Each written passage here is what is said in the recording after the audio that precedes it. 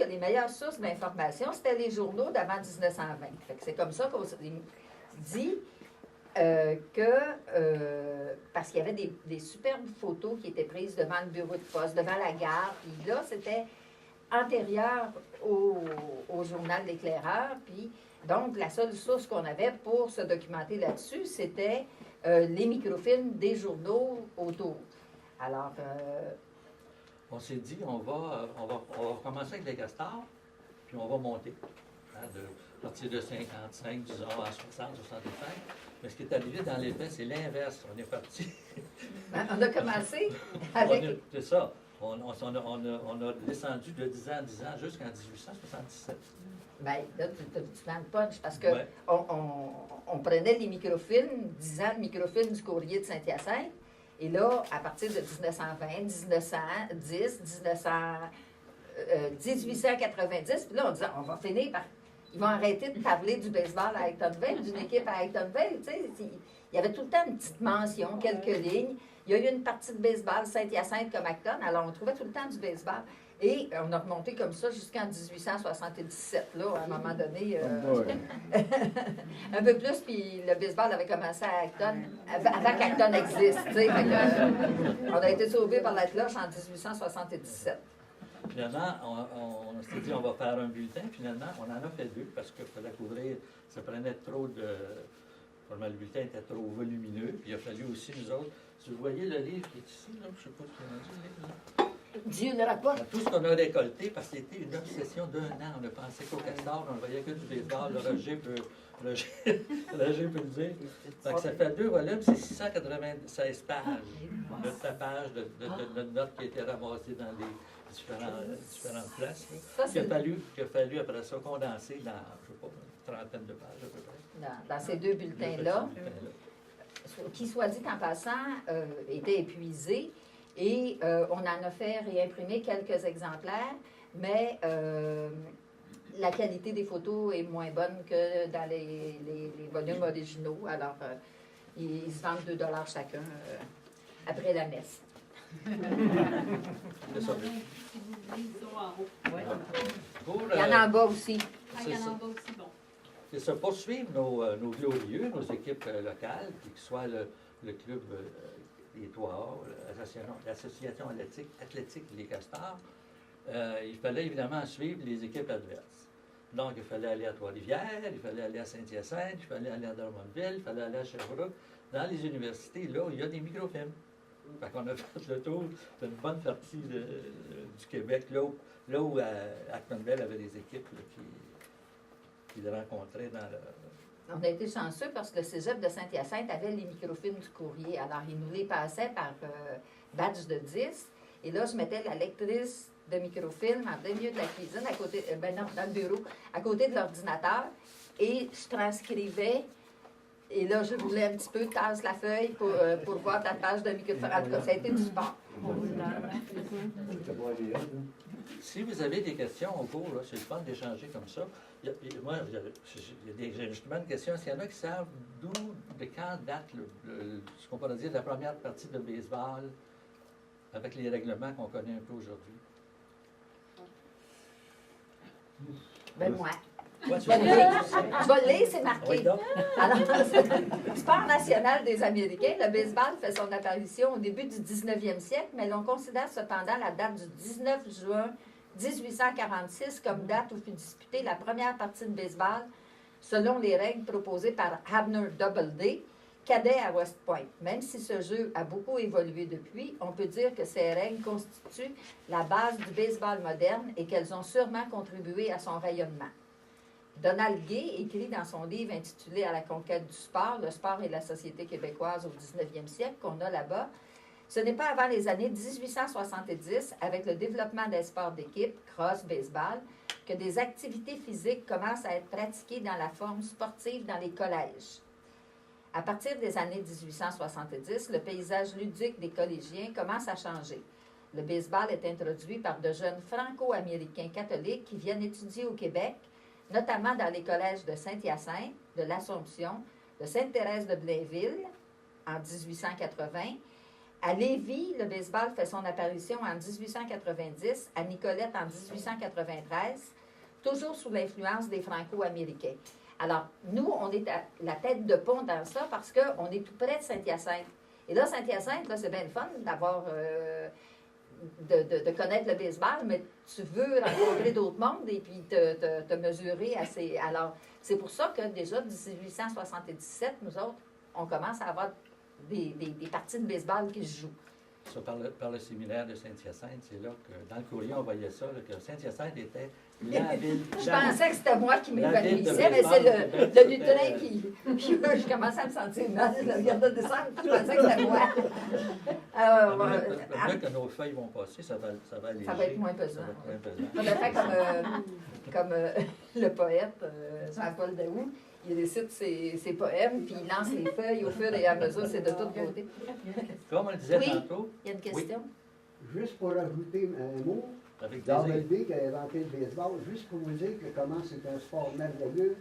En ma connaissance, qui a été inventé aux alentours de 1900, dans ma connaissance, il y a eu juste 2 règlements qui ont changé. C'était les frappeurs désignés et qui ont baissé dans les années 70 le monticule de 6 pouces. OK, ouais, j'ai vu ça. Le 6 pouces. Parce que là, ils ont eu trop l'avantage chez les frappeurs pour un peu équilibrer. Ces 2 seuls règlements, ça veut dire que quand ça a parti, c'est d'aplomb pas à peu près. C'est un beau sport, évidemment. Le 6 pouces, 90 juillet, en plus. Il a dit que c'est le plus beau sport. C'est le plus grand et le plus beau sport au monde. C'est dit par des joueurs. Donc, ça se dira pas.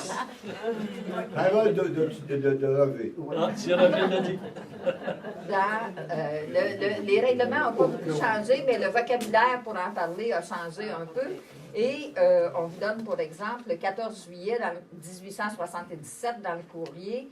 Alors, une match game a été jouée le 8 du courant à Roxton Falls entre le club de Roxton et le club Star d'Acton Vale. Le score est comme suit. Roxton 6, Star 24. Ces derniers remportant la victoire par une majorité de 18 points. Il y avait un grand nombre de spectateurs des 2 places qui ont suivi de près les progrès de la partie et qui ont manifesté leur encouragement aux 2 clubs par de fréquents applaudissements. La journée était une des plus belles pour la circonstance. On dit que le club Roxton doit jouer le Star à Acton bientôt. Il y a 19 août. 1877. C'est les premières traces qu'on a vues, nous autres, dans les journaux. Là. C'est un compte rendu d'une game, ça. Ah oui, mais ça, là, c'était épique, hein? On va y revenir tantôt. Le 19 août suivant, Saint-Hyacinthe vient visiter Acton. M. Baker de Saint-Hyacinthe, puis moi, c'est le ton qu'on trouvait dans les descriptions de parties. Écoutez, il n'y a pas de baseball à la radio, évidemment, il n'y a pas de télévision. Donc, tous les comptes rendus se font par des gens qui écrivent, des écrivains. Fait que il y a toute une littérature spéciale. Fait que le journaliste écrit ainsi son petit compte rendu. M. Baker de Saint-Hyacinthe, ayant été appointé juge de la partie, rendit justice parfaite. Les 2 scoreurs, messieurs N.F. Leclerc et Joe Côté, c'est peut-être les arbitres, j'imagine. Donc, les scoreurs, c'est ceux qui ont compté. Côté ont très bien rempli leur charge. Non, mais le score, les autres, c'était des remplissants. Le score! Les marqueurs qu'on appelle. J'avais même pas compris. Les marqueurs. Les marqueurs. Les marqueurs, c'est ça. Ben, tu vois? Ont rempli leur charge. Le club Star a joué avec une force remarquable, remportant la victoire par 25 points de majorité. Le club de Saint-Hyacinthe s'est montré satisfait de la courtoisie des membres du Star et du public en général. Il précise parce que souvent, ça ne va pas si bien que ça. Le nombre de points fut comme suit. Star 57, Saint-Hyacinthe 32, majorité pour les Stars 25. Yeah! On a gagné! On pensera plus au football. Mais il y avait beaucoup de points. Ben, il y a des raisons aussi un petit peu pour ça. Mais un gros score de même, ça me rappelle une histoire. Le Balmol, il y a beaucoup d'années. Sainte-Christine visite Salt-de-Ram dans l'avant-midi. Fait que le cultivateur arrive dans le champ, là, il avait fait son train et tout ça, puis il demande au joueur de champ de Salt-de-Ram, de la Salt-de-Ram, à quel manche qu'on est rendu. Il dit, c'est la première manche. Il dit, comment est-ce qu'il y a l'homme de mort? Il dit, il n'y en a pas encore. Il dit, comment est-ce qu'il y a le score? Il dit, c'est 20-0 pour eux autres. Mais le cultivateur, il dit, j'allais tard. Je ne sais pas, on n'a pas encore été au bâton. Ouais, c'est ça aussi. Le baseball, c'est ça aussi. Le pointage élevé des joutes, ça peut s'expliquer par un terrain inapproprié. Parce que dit Roger, c'est un peu ça. Si tu joues dans des labos, ben, la balle peut se revenir un petit peu. Les équipements aussi, qui n'étaient pas aujourd'hui. Les gants, on a. C'était pas les mêmes. Même beaucoup ne devaient pas avoir de gants seulement. On parle toujours de balles dures ici. C'est un petit peu. C'est ça. Imaginons une quinzaine de joueurs vêtus de leur costume et accompagnés de partisans qui se rendent en voiture à cheval à Roxton Falls pour défendre les couleurs de leur village. Ces rendez-vous sportifs attiraient des foules énormes dans chaque municipalité. Il y avait des parties du club local, mais il y avait aussi les plus jeunes qui formaient des équipes occasionnelles et qui lançaient des défis à tous les adversaires des villages avoisinants. Louis Campbell Wortel, le pasteur de l'Église anglicane, écrit dans son journal le 5 août 1895, Howard et George Warner, avec Hiram, sont venus d'Octon à Acton. Les garçons ont joué une partie de baseball avec les Français, mais ont été battus par 7 points. Il s'agissait encore là d'une des nombreuses parties disputées suite à un défi que se lançaient les paroisses entre elles. Le baseball se joue le dimanche. Attends une seconde. Oui. Oui, il y a Luc. Moi, je ne suis pas tellement vieux, mais j'ai une connaissance de ça. Je ne parle pas d'Acton. Parce que vous parlez des paroisses. Oui. Mais croyez-les ou non, je ne reculerai pas de bien des années. Je vous parle de Balmol, dans des petites paroisses, c'était défendu le dimanche de jouer le parti de Balmol par le vicaire en chair le disait bien, le curé. On était justement rendu là. Regarde bien où est-ce qu'on s'en va. Les parties se jouaient le dimanche et évidemment le samedi en général. On est autour de 1900 à peu près. Là, les gens travaillaient le samedi. Hein. Je me souviens que l'Acton Shoe finissait à midi, puis des fois les gens pouvaient travailler l'après-midi. C'est la même chose à l'Acton Robert. Voici une lettre intitulée Le baseball le dimanche, qui est signée par un nommé Pierre Paul, il n'a pas mis son nom de famille, qui est paru dans le Trifluvien le 22 juin 1906. Depuis le commencement de l'été, le club de notre ville semble s'être imposé la tâche d'entraîner chaque dimanche après-midi une partie de la population autour des joutes. C'est un moyen d'amuser les gens, mais non de sanctifier le jour consacré à Dieu. Les rafraîchissements qu'on sert à ceux qui encouragent ce genre de sport sont forts à craindre, sans compter les inconvénients qui résultent du fait d'attirer ainsi un nombre considérable de personnes en un même lieu. Quel besoin avons-nous de ces joutes de baseball le dimanche? De semblables amusements ne peuvent que détourner les citoyens de la sanctification de ce jour qui doit être consacré au Seigneur. Si le progrès qui nous envahit doit amener chaque dimanche des parties de baseball, du travail pour nos ouvriers et le reste, renonçons à ce progrès à rebours. Alors, c'est cité dans Donald Gay, dont on parlait tout à l'heure. Alors là, Là, il y a comme une nouvelle étape qui va arriver. Ça, le baseball qui se joue, il y a des équipes entre les paroisses. C'est souvent par des défis que l'un et l'autre vont se lancer. Il n'y a pas nécessairement de ligue très, très organisée. Et il y a un monsieur qui va arriver dans le paysage, qui est nommé Armand Proulx, qui, je crois, est mon oncle. Ton père? Oui, c'est ça. Ah ouais? André Jeté. elle, tout le monde est parent avec elle. C'est pourquoi? Parce que maman est moi. Avec toi, elle était moins proche, fait qu'on le sait moins, mais elle, c'est parce qu'on a fait l'inventaire des archives du fond d'Edbeau-Gagnon, puis Ils sont toujours revenus. Armand Proulx, il est le fils d'un métier de l'endroit, on parle de Saint-Hérard d'Acton, né en 1897. Dans un article que lui consacrait la Botelesse, où il raconte ceci. Ce que je me rappelle, à l'âge de 13 ou 14 ans, je jouais pour les paroisses environnantes comme West Wickham, Saint-Nazaire. Ils venaient me chercher en voiture après la messe avec le bon vieux poney, puis ils m'amenaient jouer dans leur paroisse. Ce n'étaient pas des ligues organisées, on jouait le dimanche après les vêpres. Soldat au cours de la Première Guerre mondiale, il se retrouve en 1918 en Angleterre où il délaisse l'entraînement régulier pour agir comme membre et comme entraîneur de baseball des équipes étoiles de l'armée qui présentaient des matchs d'exhibition à travers le pays. L'article poursuit. Par la suite, j'ai été travailler à Actonville où j'ai fondé le club de baseball et la Ligue des cantons de l'Est en 1920, qui comprenait les paroisses de Saint-Pie, Farnham, Waterloo, Granby, Saint-Hyacinthe et Drummondville. Cette ligue groupait les bons joueurs du temps. Heureusement pour Actonville, on a remporté le championnat. En 1925 et 30, la ligne S regroupait Sherbrooke. La ligne de l'Est, excusez-moi, parce que je ne vois pas bien. Regroupait Sherbrooke, Drummondville, Granby, Actonville, Saint-Hyacinthe. C'est quand même des villes d'une certaine importance. Hein? Armand Proulx jouait comme lanceur droitier pour Actonville, où il a été pendant 28 ans à l'emploi du Canadien national. Après avoir évolué pour l'équipe de Lévis dans les lignes S du Québec, Armand Proulx revient à Actonville en 1933 et reforme une autre équipe de baseball. Les parties attiraient alors de 700 à 800 spectateurs par jour. Il en coûtait 25 cents pour y assister. Armand Proulx termine sa carrière de baseball en 1954 avec les Chevaliers de Granby. L'adversaire, ça c'était des adversaires. Oui. Alors là, les clubs s'organisent. Alors, en 1916, de nombreuses municipalités voisines ont leur équipe. Saint-Liboire, Saint-Nazaire, Upton, Saint-Eugène et le reste.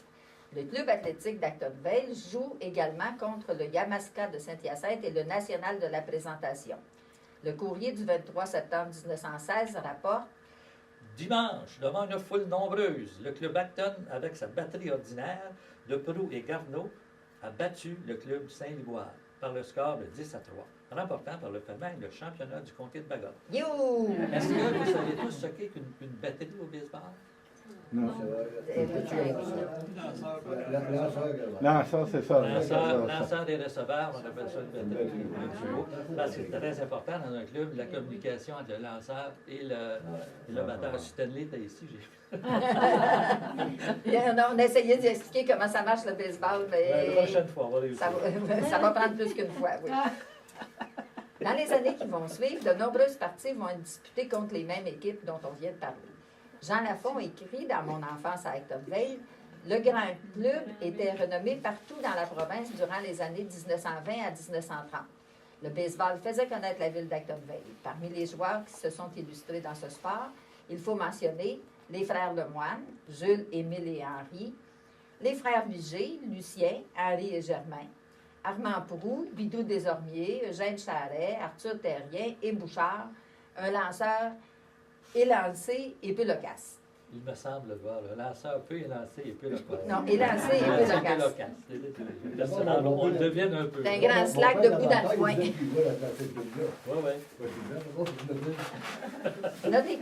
Notre équipe se mesurait alors à celle des villes plus populeuses qu'Acton, comme Saint-Hyacinthe, Drummondville, Granby, Sorel, Sherbrooke et Saint-Jean.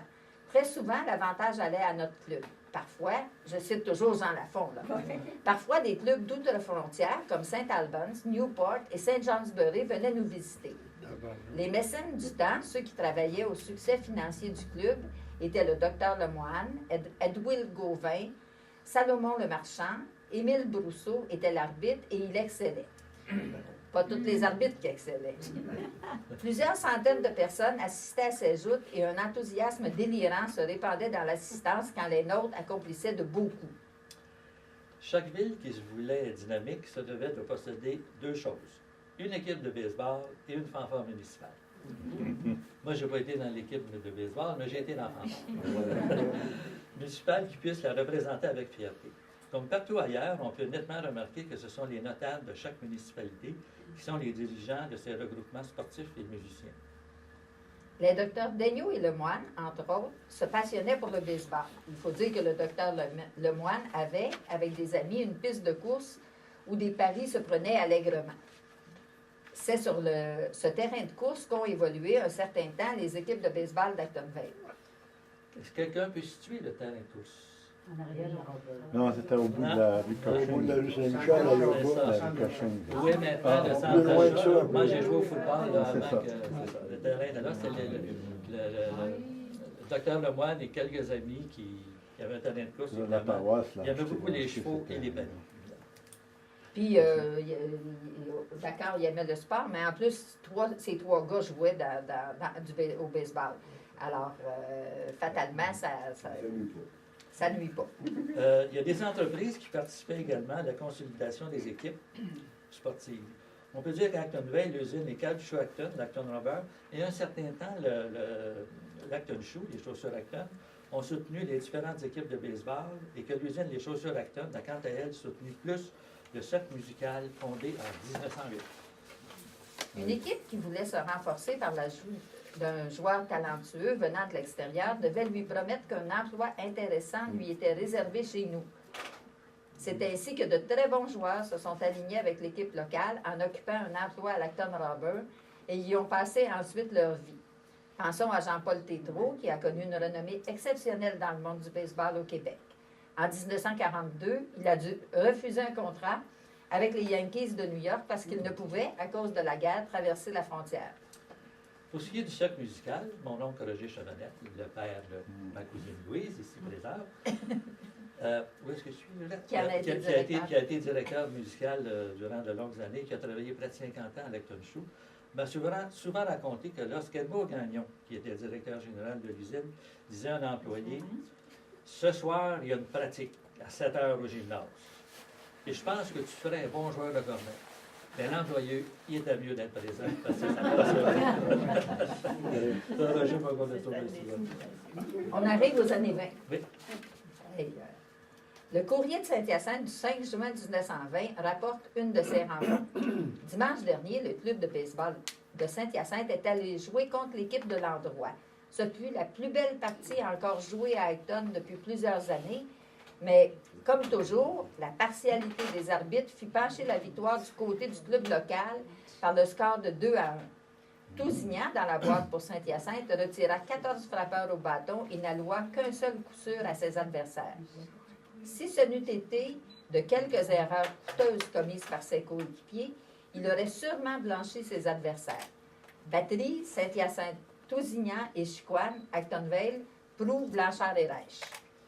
Lors des parties à l'extérieur, les amateurs étaient invités à accompagner leur club en train. S'ils allaient à Saint-Hyacinthe, là, les gens se ramassaient à la gare, remplissaient un wagon et ils montaient à Saint-Hyacinthe.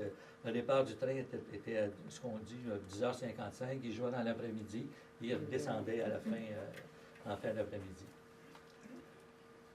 D'autres parties étaient disputées à Drummondville. Par exemple, le 14 septembre 1923, à Drummondville, après avoir défait Saint-Hyacinthe 2-1, Actonville inflige une défaite au Drummondville au compte de 7-5. Le Moine est le lanceur gagnant pour la première partie et Proulx pour la seconde. La rivalité entre les villes est grande, ce qui fait dire à un journaliste du Courrier, le 30 mai 1924, suite à une victoire du Actonville à Saint-Hyacinthe, « Nous aurons prochainement la visite du Actonville ici. Nos joueurs locaux se promettent de lui servir la soupe chaude. » Dans le Clairon, le 22 août 1924, le Clairon de Saint-Hyacinthe, le Saint-Hyacinthe a pris une brillante revanche dimanche dernier contre le club Actonville, qui l'a défait par le score de 5-4 à la suite d'une partie qui fut des plus contestées et qui a suscité le plus vif enthousiasme. Tout d'abord, le club Actonville a eu le déçu et ses partisans narguaient fortement les joueurs et les amis du club local. Mais ils n'eurent pas la façon aussi longue qu'à la chance à changer de côté et que les nôtres se sont mis à enregistrer des points. À un moment donné, la rivalité entre les deux clubs, Saint-Hyacinthe et Acton, c'est les rivaux, là, à l'époque, c'est les deux grands rivaux, fut tellement ardente qu'un défi a été lancé pour un enjeu de 100 $ entre les deux mêmes clubs. 100 $, c'est de l'argent, en 1920. Pour une partie qui sera jouée sur un terrain neutre, dans une quinzaine de jours, paraît-il. On dit que cette partie sera jouée à Drummondville. On n'a pas eu de trace si ça a été fait ou pas, mais imaginez, pour être sûr, Acton et Saint-Hyacinthe vont aller jouer à Drummondville. Avec les arbitres d'Acton. Ah oui, Avec les arbitres de Drummond. Oui. Ben oui, pour être sûr que... À l'époque, je ne sais pas si c'était comme ça avec les Castors, mais les Homers, il y avait bien peur de ça, des arbitres Homers, parce qu'il y avait toujours un arbitre de l'extérieur. Okay. C'était... Dans les années 20, de nombreux clubs, pour se conformer aux enseignements de l'Église, n'exigeaient pas de prix d'entrée lorsque les parties se jouaient le dimanche. Alors, les clubs receveurs ayant à défrayer les dépenses des clubs visiteurs, on contournait cette directive en passant le chapeau parmi les spectateurs. On organisait aussi des activités de financement. En avril 1926, à Acton, on a une partie de whist qui est organisée dans les salles de l'Hôtel de Ville Et de nombreux prix sont distribués aux gagnants. Puis le clou de la soirée est un 5 en or gagné par Yvonne Trudeau. Bon, ben, Yvonne a gagné $5.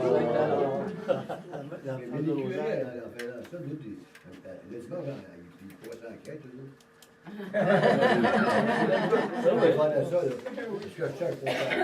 Quand tu fais ça, vaut mieux te joindre à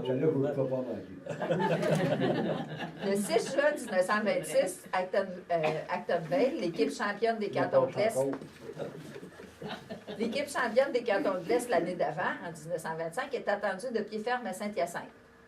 On se rappelle que le club d'Actonville a été le haut coup de l'équipe de Saint-Hyacinthe l'an dernier. Cette année, le club Actonville semble plus en forme que jamais et fort de sa récente et brillante victoire sur la formidable équipe de Drummondville, il entend répéter ses exploits dimanche prochain à Saint-Hyacinthe.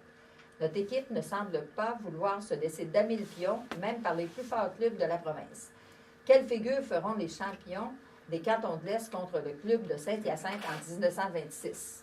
Demande le journaliste. Oui. L'alignement d'Acton, il y a Jules Lemoine, il y a Armand Proulx, il y a Henri Lemoine, le père de Serge Lemoine, El Vigé, je ne me souviens pas de son prénom, un La Rochelle, Émile Lemoine, un Desormier, un des frères, un Maranda, Terrien, est-ce que ça peut être parent avec? Non, parce qu'on n'est pas de Pas cette ici. région-ci. À cette époque-là, OK. Et Colin, Lucien et Colin Charest, c'est ça. Alors, l'article du Clairon se terminait par « N'oubliez pas votre scorecard afin de mieux suivre la partie. » C'est ça, c'est important. Le club local évoluait alors régulièrement, mais on ne dispose pas du compte-rendu de toutes les parties qu'il a disputées. Nos sources premières étant le Courrier, le Clairon et le Spokesman, et la Parole aussi, en effet. Il est bien entendu que ceux-ci privilégient la couverture des parties et des exploits de leurs vedettes locales. Alors, quand Acton joue ailleurs, il n'en parle pas. S'il n'y a pas de journal à cette place-là, et il n'y en a pas à Acton. Si le journaliste n'y a pas été, c'est un peu ça. Arrivent les années 30. Au printemps 1933, avec le retour d'Armand Proulx à Actonville, un nouvel élan sera imprimé au baseball local. L'Éclaireur, un journal local éphémère, nous renseigne plus abondamment sur la nouvelle équipe qui s'organise. Le 19 avril 1933, on peut y lire ce qui suit sous la rubrique « balle au camp », parce que le terme « baseball » n'existe pas. C'est la balle au camp, ça s'est appelé la balle au camp, jusque, mon Dieu, dans les années 40 même. As-tu connu ça, toi, Roger, balle au camp? Non, balle au camp. Dans les journaux, jusqu'à l'arrivée des eux autres, c'est balle au camp. La neige, dit le journal, n'est pas encore partie et cependant nos hardis joueurs de balle au camp songent à réorganiser leur club. Nos joueurs semblent décidés à remporter à tout prix le titre de champion de la Ligue des cantons de l'Est. Voici la liste officielle des membres pour l'année 1933. Jo Saint-Louis, Armand Proulx, Dorius Paré, René Place, René Jeté, le père d'André, Rosaire Roy, Lucien Charest et Eugène Saint-Louis. Souhaitons que leur rêve se réalise, ajoute le journaliste. Comme nous l'avons vu précédemment, le vocabulaire du baseball est essentiellement en anglais. Ici comme ailleurs, on a réagi à cette situation en préconisant des termes français. La majorité des termes proposés sont peu à peu devenus familiers aux joueurs et aux spectateurs, mais le beau balle au camp n'a jamais réussi à se substituer au mot baseball. Voici ce qu'écrivait à ce sujet le notaire Georges Amand Deslandes dans l'Éclaireur du 3 mai 1933. Les directeurs du club de Balle-au-Camp sont à préparer leur saison et ils ont passé ces jours derniers. Il ne parlait pas comme ça, le notaire, mais il perd la vie. Ils sont où est-ce que je suis rendu? Une liste pour demander des souscriptions. La population.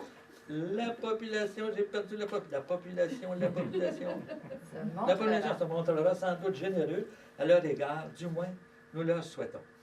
Au début de la saison sportive, serait-il permis de faire une suggestion?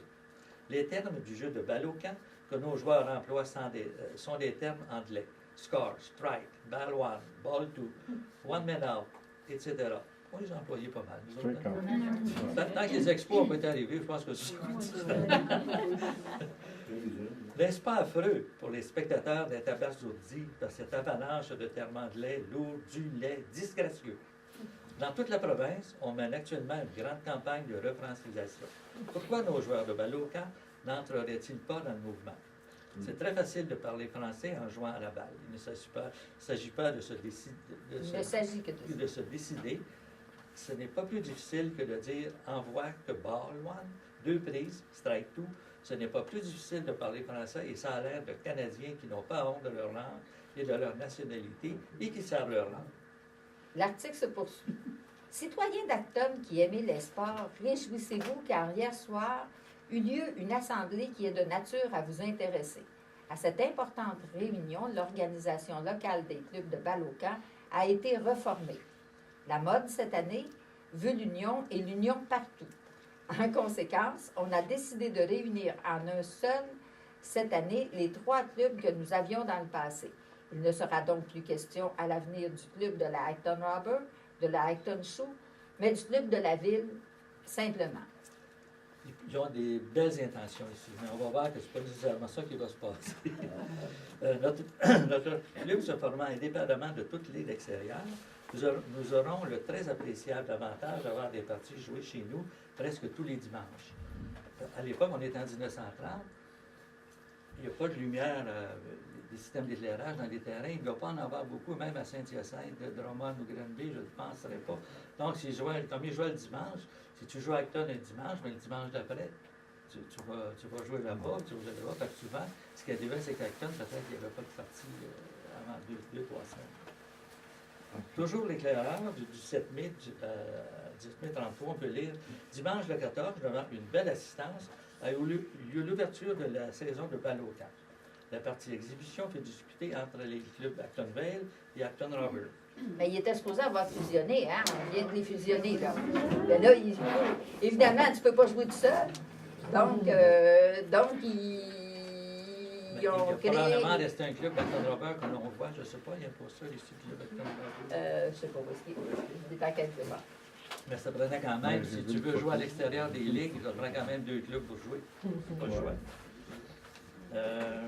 Alors, l'ajout plus intéressante est mis en lumière plusieurs jeunes joueurs, notamment le lanceur des Bourgeois. Alors là, moi, quand j'ai lu ça, j'ai dit en 1933, Doune ne peut pas lancer. Ça se peut pas. Il vient de venir au monde, ou bien il ne l'est pas encore, je ne sais pas. Mais c'était pas Doune, il s'appelait Domina Bourgeois, le lanceur. Tu parles avec toi? Oui. T'as le pied sous mon pied. Ça marche bien. Oui, mais c'est parce qu'il il met le pied sur la base, puis il lève. Les 2 équipes, donc, vont faire l'équipe d'Acton Vale. Il y avait comme receveur Rosa Trudeau, le lanceur Domina Bourgeois. Le premier but, Dorius Paré. Le deuxième but, Henri Lemoine, le père de Serge. Lucien Charest-Rico, René Jeté au 3e but. Et René Jeté était considéré comme l'un des grands 3e buts à cette époque-là. On a vu à plusieurs endroits qu'il était un super joueur de 3e but. Au champ centre, Rosaire Roy. Au champ gauche, Joe Saint-Louis. Et Prime Robichaud au champ droit. Peut-être bien rapide, Prime Robichaud. Puis les joueurs de l'Acton Robber, c'était aux mêmes positions. René Place, Armand Proulx, Gabriel Beaugrand, Jean Lafont, Louis Roy, Henri Lepage, Roger Deslarmes, Jean-Paul Desragons et Jules Saint-Amour. Ce qu'on peut comprendre, on regarde les 2 alignements. Si on fait un grand club, Henri Lemoine aurait dû être dans... Oui, c'est tout mêlé pareil. Tu sais, René Place, c'est ça, ils ont dû prendre les 2 puis ils se sont divisés. Ben, à un moment donné, une équipe devait être trop forte, fait qu'ils ont renforcé l'autre, en tout cas. Alors, ils disent le club Acton Robber, puis dans la même foulée, là, ils nous annoncent que le club Acton Robber a tenu une assemblée lundi soir dernier et ont été élus membres de la direction Maurice Lambert, Roméo Beaugrand et Jean Lafont, puis Rosa Trudeau. Amateurs de sport, conclut l'article, n'oubliez pas que les jeunes ont besoin d'encouragement pour devenir les étoiles de demain. Mais c'est pas vraiment une équipe de jeunes, on ne sait pas. Ils sont un peu mêlés. Tu sais, des fois, on lit dans le journal un compte-rendu d'une activité à laquelle on a participé, puis on ne dit pas de même c'était, mais ça devait être pareil dans ce temps-là. Selon le gouvernement, en 2015, on est jeune jusqu'à 39 ans. Une émotion peut avoir sa carte d'AFADOC à 50 ans. Oui, c'est ça. On est adulte. Je ne sais pas, moi, à quel âge ils donnent ça. J'ai jamais j'ai pas fait de demande. Alors. Au cours de la saison 33, de toute façon, Acton Vale n'a perdu que 5 des 28 parties disputées. On ignore quelles équipes exactement étaient dans la Ligue. Le Sorel, Drummondville, Sylanais, ça a été difficile de savoir quelles étaient les équipes. Mais avant que tu dises comment ils ont performé au cours de la saison, il faut que tu dises que le 21 mai, ils ont inauguré, ils ont rendu visite au club Drummond-Celanese et le club Drummond-Celanese inaugurait son stade couvert de 800 places en mai 1933. Alors, il pourrait donner des leçons à Montréal. Le prix d'entrée au fameux stade couvert était de 35 sous pour les adultes, 25 sous pour les femmes, puis les enfants étaient admis gratuitement en dehors des estrades. Disons, moi, les premières fois que j'étais au baseball ici, là, au stade de baseball, c'était comme ça. Oui, au bout des... On jouait en dessous. On montait sur les clôtures. On rentrait par en dessous. On arrive en 1934. En 1934, suite à une rencontre tenue à Grenby, la Ligue senior des cantons de l'Est est formée avec Victor Pépin, un vétéran joueur de baseball au Québec, et unanimement choisi président. La Ligue comprend les clubs Actonville, Grenby, Sherbrooke et Drummondville. Vous allez voir avec les années, je ne sais pas comment d'année en année, les territoires changent. Une année, il va jouer Asbestos, Bedford-Mount, après ça, ils vont aller jouer Grenby, Saint-Hyacinthe, après ça, ils vont ça tourne comme ça. Le 11 juillet 1934, devant les partisans du Drummond-Celanese, la partie a été mémorable. Le pointage était de 6-6 à la 8e manche et Drummondville remporte finalement la victoire par un point à la 16e manche après 4 heures et 10 minutes de jeu. C'est rien, ça, là. C'est rien, ça. Oui. Pour Actonville, Henri Lemoine avait lancé 16 manches. Il a fait de la job. Il a fait un doune de lui, quoi. Accordant 10 coups sûrs de plus que les lanceurs adversaires, Maxwell et Mandeville. Lemoine ne concéda aucun but sur balle contre 6 par l'équipe adverse. Mais ça a mal tourné pareil parce qu'Acton fut éliminé par le Notre-Dame de Sherbrooke qui affronta en finale Drummondville dans une série 2-3. On est en 1935. Dimanche 9 juin, les joueurs d'Actonville remportent une éclatante victoire de 5-1 sur le club Downline, qui va être un club formé par la brasserie d'Or, j'imagine, hein, qui a attiré 2000 spectateurs à Actonville. Imaginez, 2000 spectateurs, j'ai du monde, je veux dire que le village est là. Aïe, aïe, c'était Pas seulement grand était monde full, au full. bain. Il n'y a pas de train qui passait là. C'est ça. L'équipe de la brasserie d'Or, invaincue cette saison, avait gagné 13 parties et en avait annulé une. Avant cette partie, les deux équipes, précédées d'un quart de clairon, ont paradé dans les principales rues de la ville. La parade s'est arrêtée à la résidence du maire de la ville, le Dr Philippe Adam, qui a pris place dans l'automobile occupée par les gérants de la DAR et tout le monde s'est rendu au terrain de balle. Il y a, je vais demander à Roger après ça de nous conter quelque chose. Le 24 août, Actonville reçoit la visite des équipes de Noirs, le Boston Giants. Au fil des ans, l'équipe locale recevait aussi les Boston ABC et les Boston Tigers, deux autres clubs composés exclusivement de Noirs. C'était une attraction, évidemment, à l'époque. Ces parties sont hors concours contre des clubs américains, étaient fort appréciés des amateurs. Certaines de ces équipes s'installaient même leur propre système d'éclairage, ce qui leur permettait de jouer en soirée, ce qui était ici là, inaccoutumé, évidemment. C'était pour l'époque un événement spectaculaire. Mais dans les années 60, il y a eu les Boston Tigers qui sont venus ici. Roger, j'aimerais ça que tu nous racontes ça. Ou peut-être, étais-tu là-dedans, toi aussi, André, André? il est là. Oui. André, Les vieux de la paroisse, autour du carré d'Acton, on a passé des nuits veillées assez tard. Ils nous ont tellement parlé des Boston Tigers qui avaient pas une game d'exhibition, qui avaient battu les Boston Tigers. Puis dans les années 60 et quelques, Jean-Pierre Voitier, André, moi, tout ça, on décide d'organiser contre ces anciens joueurs-là, on se déguise tout en aigle. On prend l'autobus de Montpied au Côte d'Or, et puis on pack tout le stade à l'envers, bien dimanche après-midi. Ils nous présentent comme avec des noms de nègres, puis tout. Tous les anciens joueurs que j'avais nommés tout à l'heure, Dawes, son père, René, Colin, la gang des... ils ont joué contre nous autres, et puis on a des photos au cours de ça, c'est merveilleux. Souvenez-vous des noms. Ouais, on avait une photo. Je vois qu'il y en a une. Valéa, on en a vu une. Dans le... Je vais la trouver. Madame Desmarais. Souvenez-vous des noms que vous étiez donnés? Non. Je vais la trouver. Vous avez inventé n'importe quoi. Mais deux, c'est deux parce que c'est dans la télé. Oui, ça tous Ah les ouais. non, ça tous les noms de nègres, on s'est pas donné. Ah oui. Manuel, On a lieu.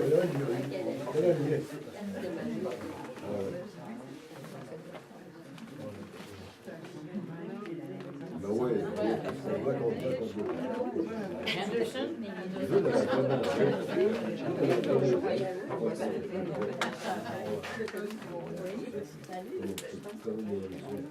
vais faire passer le cartable juste pas le pencher pour pas que les photos tombent. C'est la petite photo. Mario qui va tombe. faire circuler la photo des Boston des Tiger. Boston Tigers de Les 1960. vrais ou les faux? Ben, ça, c'était l'éclairage pour pas que tu viennes. Mais t'étais un vrai faux, André? On avait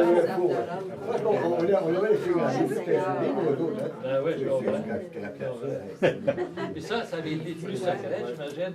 Ah ouais. C'était une surprise. Ah, puis c'est là que ça, pour eux autres, là, c'était incroyable. Incroyable. Ah, C'est ça, tu sais.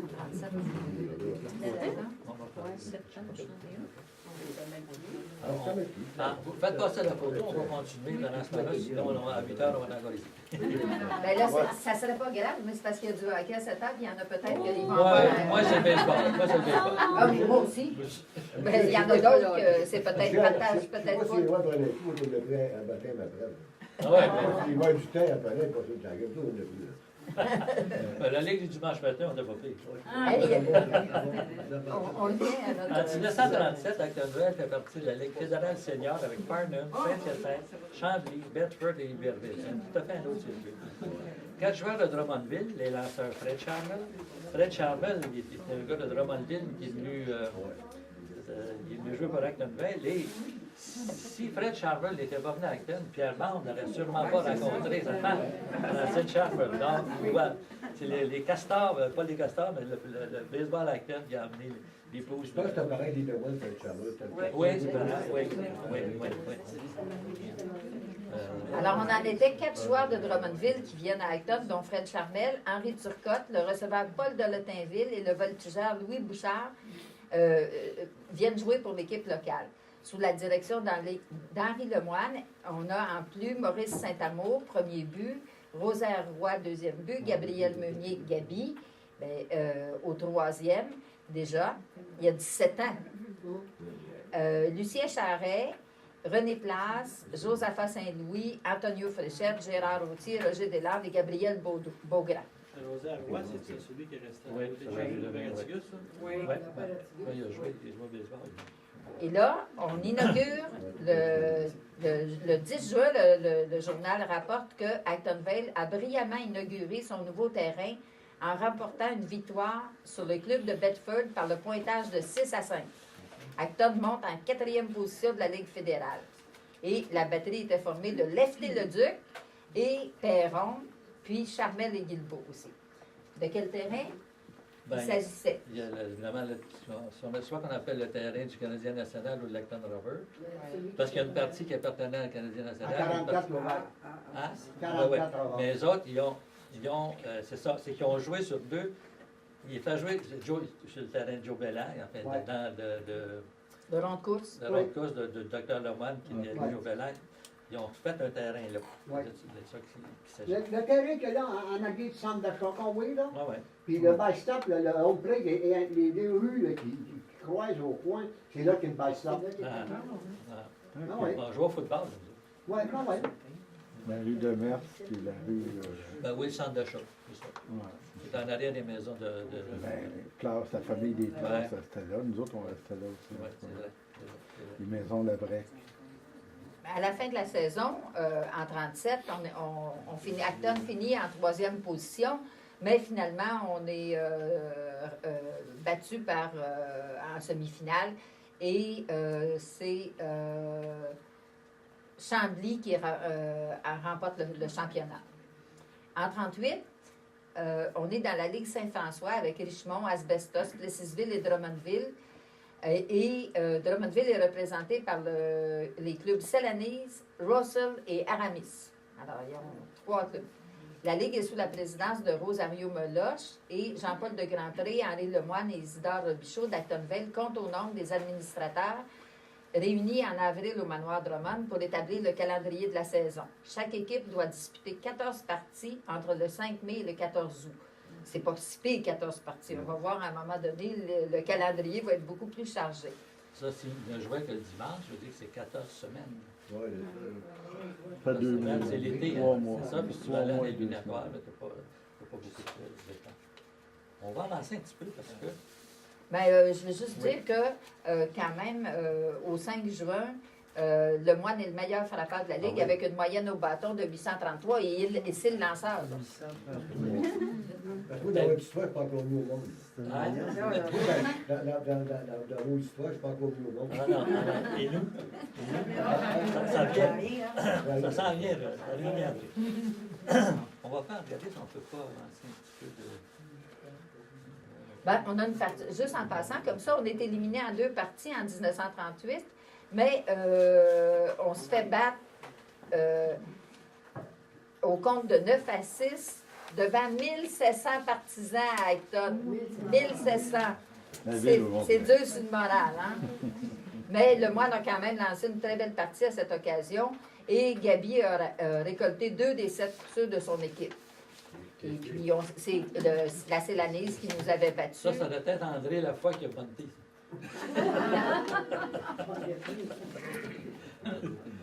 On va se ramasser en 1940. Il y a des années comme ça, il y a des années où il y a très peu d'équipes, ça ne joue pas beaucoup. Malgré la volonté d'améliorer le calibre et d'ajouter de nouvelles équipes, la saison 1940 serait très difficile pour la Ligue Saint-François.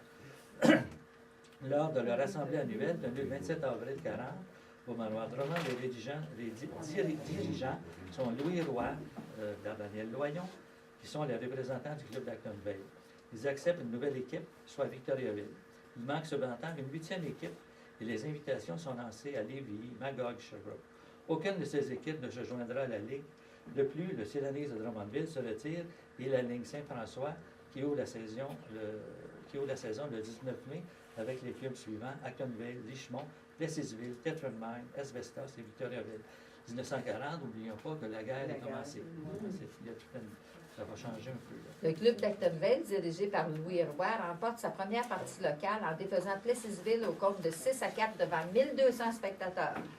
Lou Poliquet contribue grandement à la victoire en accordant que 8 coups sûrs et en retirant 11 joueurs au bâton.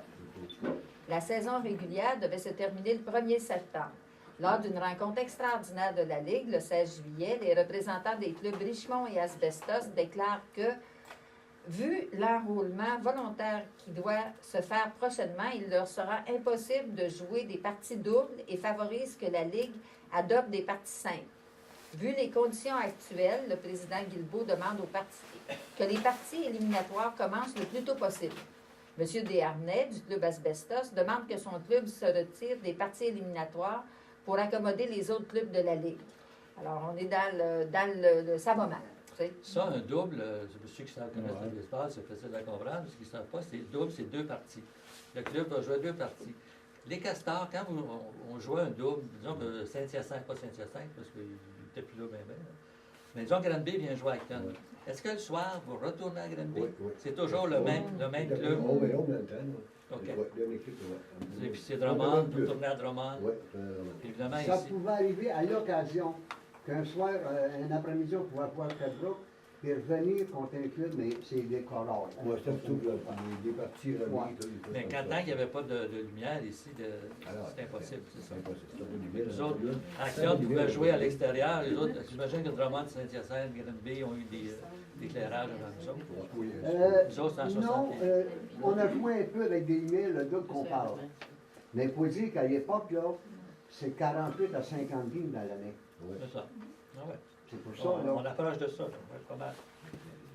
Alors, on finit la saison régulière qui a été écourtée en première position, mais notre lanceur Lou Poliquin, notre vedette, notre lanceur étoile, je pense qu'il part pour la guerre ou je ne sais pas trop, en tout cas, mais ça finit qu'on est défait et c'est Richemont qui l'emporte. On l'a fait. Oui, puis le trophée, il remporte avec le trophée Lemoine Southwood. Le trophée Lemoine Southwood, c'est Henri Lemoine qui avait offert avec, j'imagine, M. Southwood de Richemont. C'est ça. Le trophée. Moi, j'ai jamais vu de trophée. Est-ce que vous l'avez vu? Est-ce que vous receviez un trophée des Castors ou non? En tout cas, Non, je pense pas, non. Lui, Roger m'a compté que lui, en 62 ou 63, Il était content, il était pour avoir le jacket, mais là, cette année-là, ils ont donné un thermomètre. Un baromètre.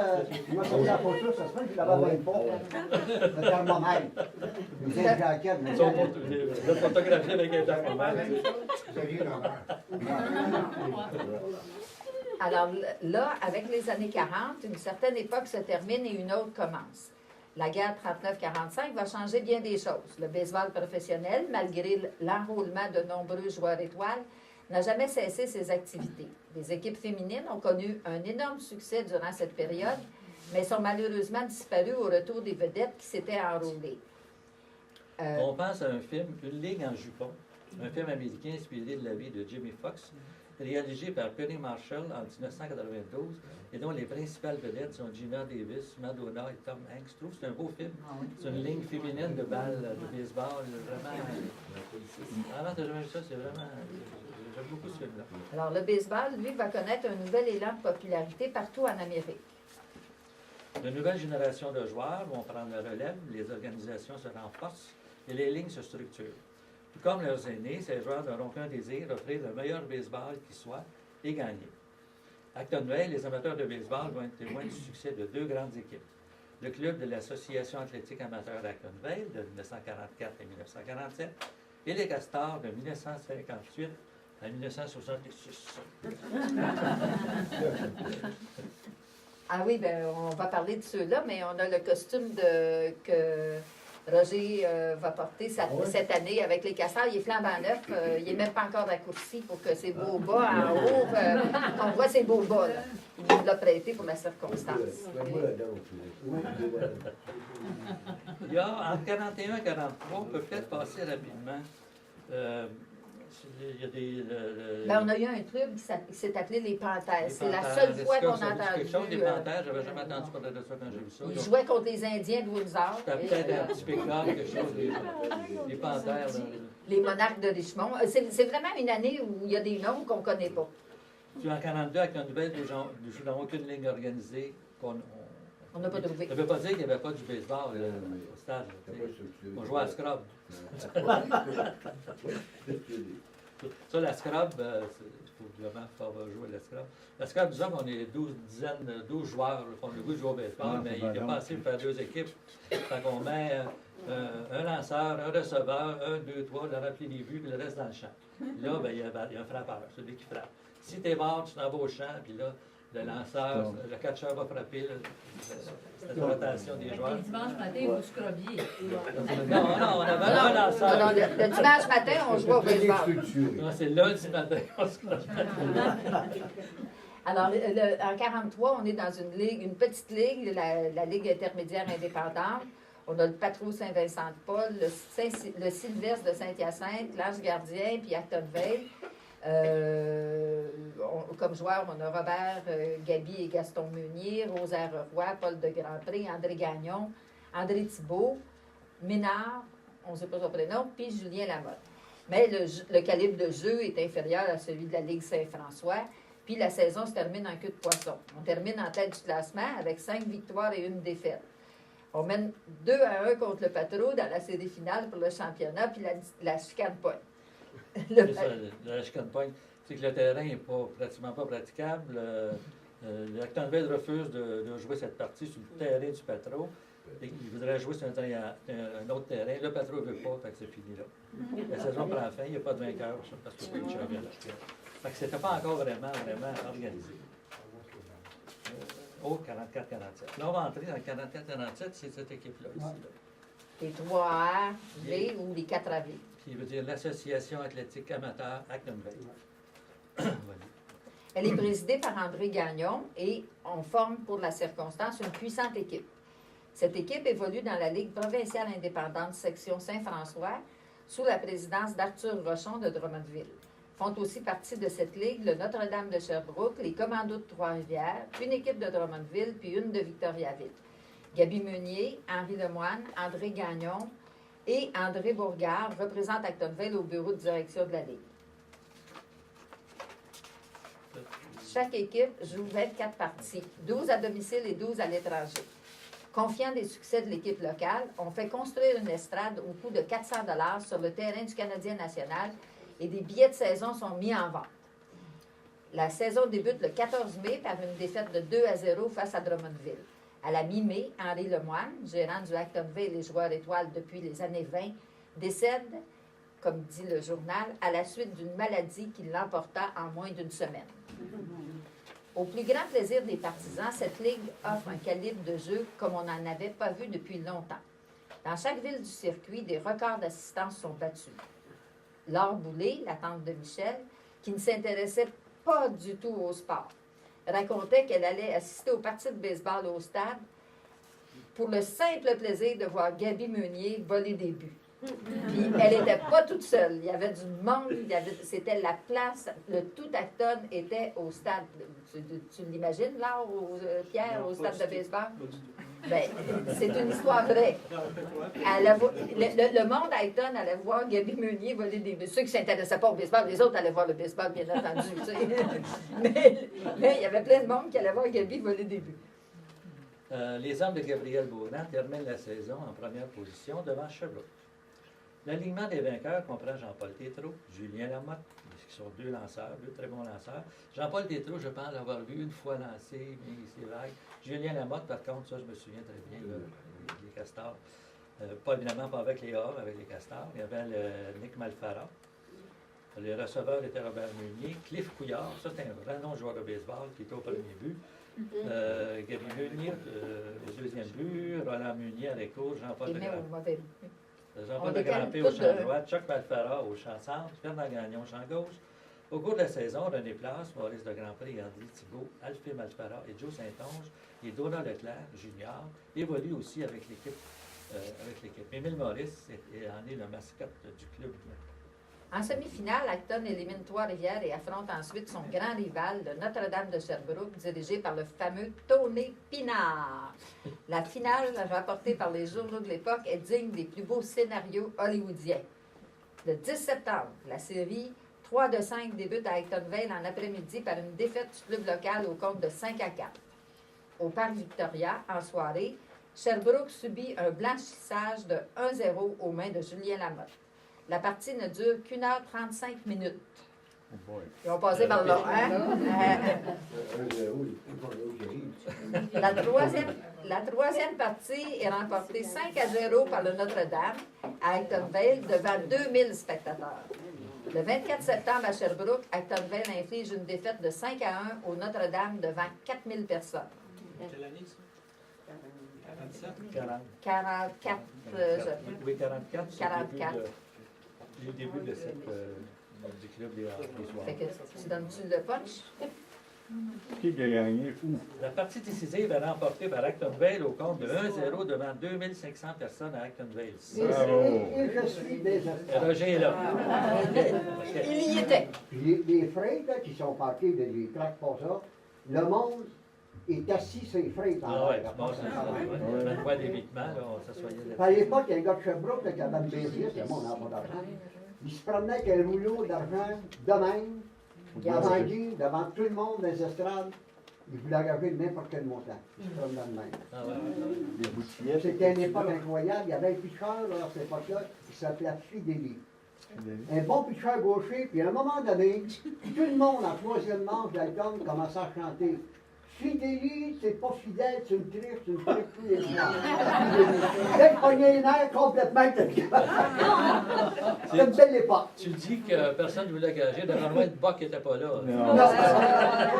C'est venu après. Alors, comme nous l'a si brillamment raconté un témoin visuel dans une lutte acharnée au monticule, Mario Fideli est défait par Jean-Paul Tétrault, qui est, avec Gaby Meunier, une des étoiles de la Ligue. Combien de volés? Actonville devient le champion incontesté des cantons de l'Est en défaisant Farnham de la section Yamaska dans une série de 2 parties au total des points, ce qui est assez curieux. Au total des points, on n'a pas connu ça par la suite. Non. Le 20 janvier 1945, Actonville est représenté par André Gagnon, Gabriel Meunier et Gabriel Beaugrand lors de l'Assemblée d'élection de la Ligue provinciale indépendante qui se tient à l'Hôtel Queen à Montréal. Les organisateurs sont enthousiastes, étant donné que le championnat remporté par le nouveau club dans la Ligue l'an dernier. Devant la difficulté de recruter des joueurs de calibre, pouvant rivaliser avantageusement avec des équipes de plus en plus fortes, On commence à l'époque qu'on a connue. Actonville annonce son retrait de la Ligue provinciale indépendante en avril 1945. Et se joint à la Ligue Yamaska avec les clubs Red Sox de Granby, Farnham, Chambly, Saint-Jean, Marieville et les Saints-Saint-Hyacinthe. Alors, lors de l'ouverture de la saison à Saint-Hyacinthe, le 13 mai, l'alignement du Actonville comprend Paul Boulanger, Le Sage, Henri Couture, Lamarre, Henri Trottier, Jean-Paul de Grandpré, Fernand Gagnon, Maurice de Grandpré et Jean-Paul Tétrault, lanceur et gérant de l'équipe. Actonville l'emporte au compte de 10-4.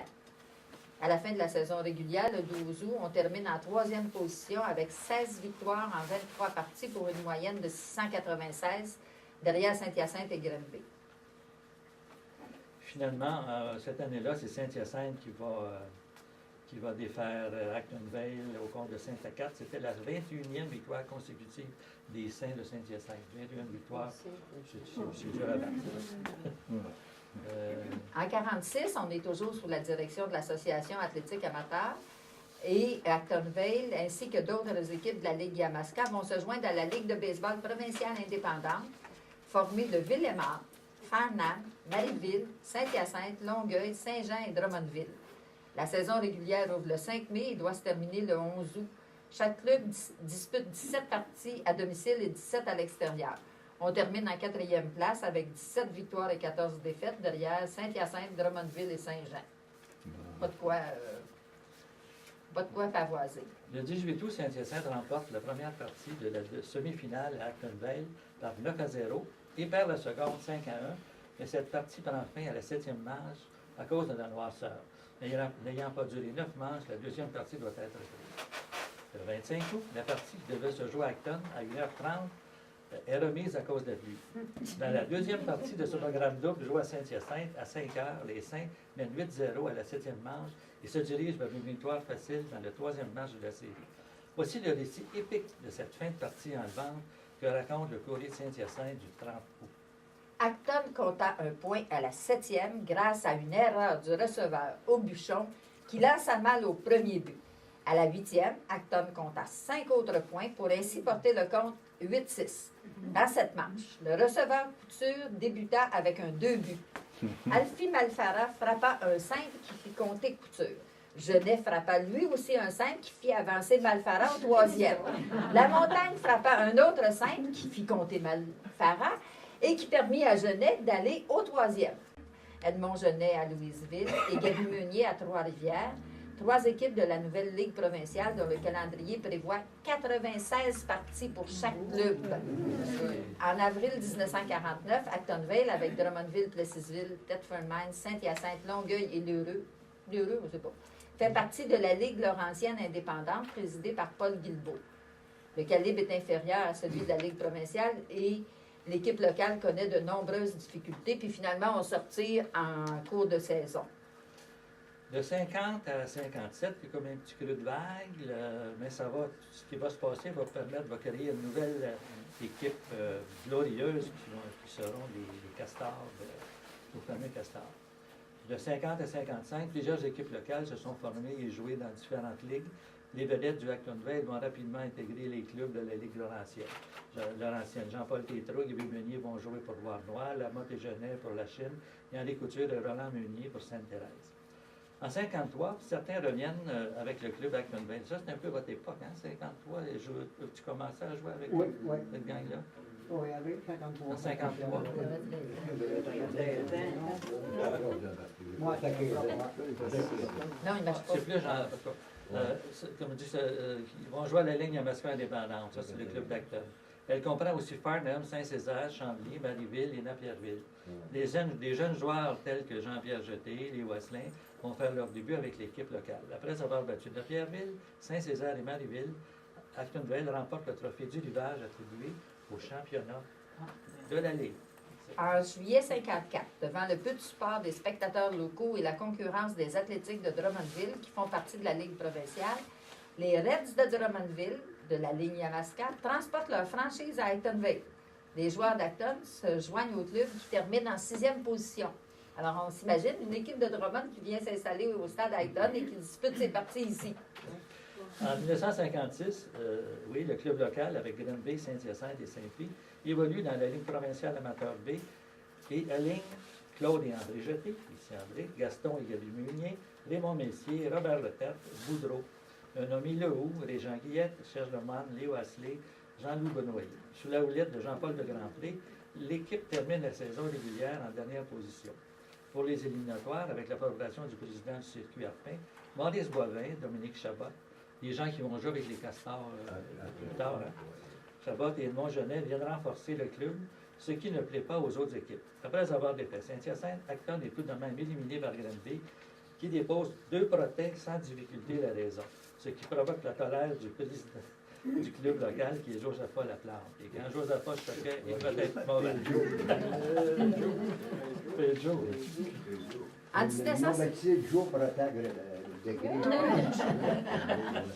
En 1957, un club de jeunes d'Actonville, dirigé par Joe Laplante et Lucien Charret, évolue avec Saint-Hyacinthe, Saint-Liboire et Saint-Valérien dans la Ligue de baseball de Bagotte. Les parties sont disputées les dimanches après-midi des mois de juillet et août. Privé d'une victoire bien méritée à la suite d'une décision pour le moins surprenante, je cite le journal, une décision pour le moins surprenante de M. Rodier, président de la Ligue de baseball de Bagotte, l'équipe du Christ-Roi de Saint-Hyacinthe s'est définitivement retirée de la Ligue et des séries éliminatoires, laissant automatiquement le championnat à l'équipe d'Actonville. Bien, à vaincre sans péril, j'imagine qu'on triomphe sans gloire. Voilà. Et on arrive à la fameuse époque de nos castors, de 1958 à 1966. Résultat de la fusion de la Ligue des Bois-Francs et de la Ligue provinciale, la nouvelle Ligue de baseball provinciale senior est fondée en 1958 et comprend 2 sections. Présidée par Paul Dupont, les Castors d'Actonville font partie de la section ouest avec Saint-Hyacinthe, Sorel, Waterloo et Granby. Les autres directeurs des Castors sont Paul-Émile Grimal, Aimé Itier, Gérard Cournoyer, Julien Cournoyer, Louis Roy, Marcel Durand et Jean-Paul Legrandpré. Voici ce que dit le courrier de Saint-Hyacinthe du 9 mai 1958.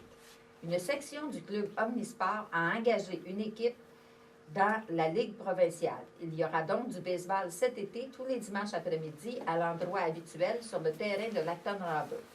Ces joutes se disputeront sous le signe de l'amateurisme le plus complet et tous les supporters sont assurés que leurs efforts seront fructueux pour tous les jeunes de la localité. La grande journée d'ouverture est fixée au 11 mai prochain et l'équipe A sera dirigée par Jean-Paul de Grandpré, sportif bien connu de la région. Des hautes personnalités présideront à cette joute. Déjà, de généreux donateurs ont manifesté leur attachement à cette équipe.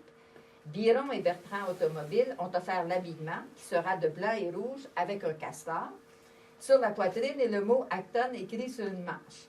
Ce sera la section des castors du club Omnisport. La compagnie Coca-Cola repeint le tableau de pointage à ses frais. Roger nous contait la semaine passée... C'est de là qui vient le mot castor. Castor. Parce qu'il y a un castor en clé, c'est ces habits-là que Biron et Bertrand ont donné qui est à seconde main. Qui était un pur hasard. Si ça avait été Exactement. un écureuil, on se rappelait les écureuils.